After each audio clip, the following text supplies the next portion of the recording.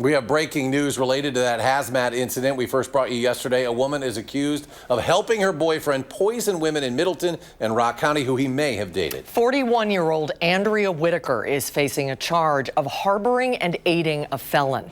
Our Ellie La Liberté has been following this story and joins us now with what we've learned from the courtroom. Ellie?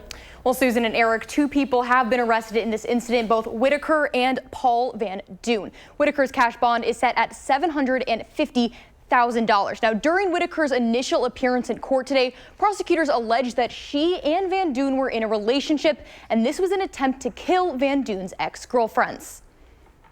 It does appear that this defendant, Mr. Van Duyn, have started dating and apparently created this plot to kill his ex-girlfriends by poisoning them with cyanide, Valium, and other poisons.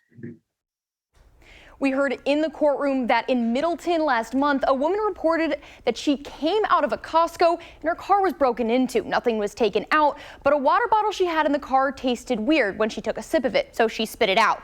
A couple of weeks later, the same thing happened and she called the police. The water tested positive for cyanide. At that time, law enforcement was able to connect it to Paul Van Duyn. Now, a similar situation also happened in Rock County. That woman was hospitalized for exposure to cyanide. She also filed a restraining order against Van Duyn.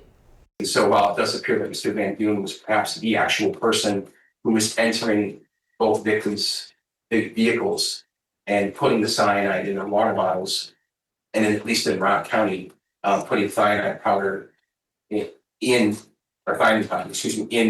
air vents, I think this defendant's involvement is absolutely clear, and that she is likely the brains of the operation and actually figuring out how to do this.